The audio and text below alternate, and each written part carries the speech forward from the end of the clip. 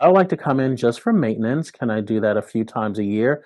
Absolutely. So that's why I like people to come in actually every 72 days, the 5 times a year, the 5 seasons. So if you come in just for a checkup for what? Those 5 seasons, we can see how your body is responding to each season and tweak you a little bit. And then also, you go to my other channel, which is Oho Seminars, we do the daily Dao Yin.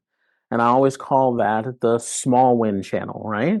Because if you're actually doing daily exercise, small wins become big wins. You're adjusting your body slowly, day by day by day. And guess what?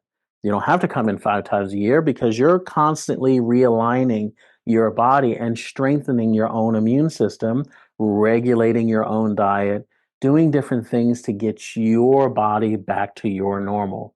In China, everybody's outside at 3:30 in the morning doing exercise, keeping their body fit, keeping their mind fit, keeping their mind clear, and then they don't have to go into the doctor constantly. That's how you keep 1.4 billion people out of the doctor's office. So that's a way to do what? Keep yourself healthy by doing what?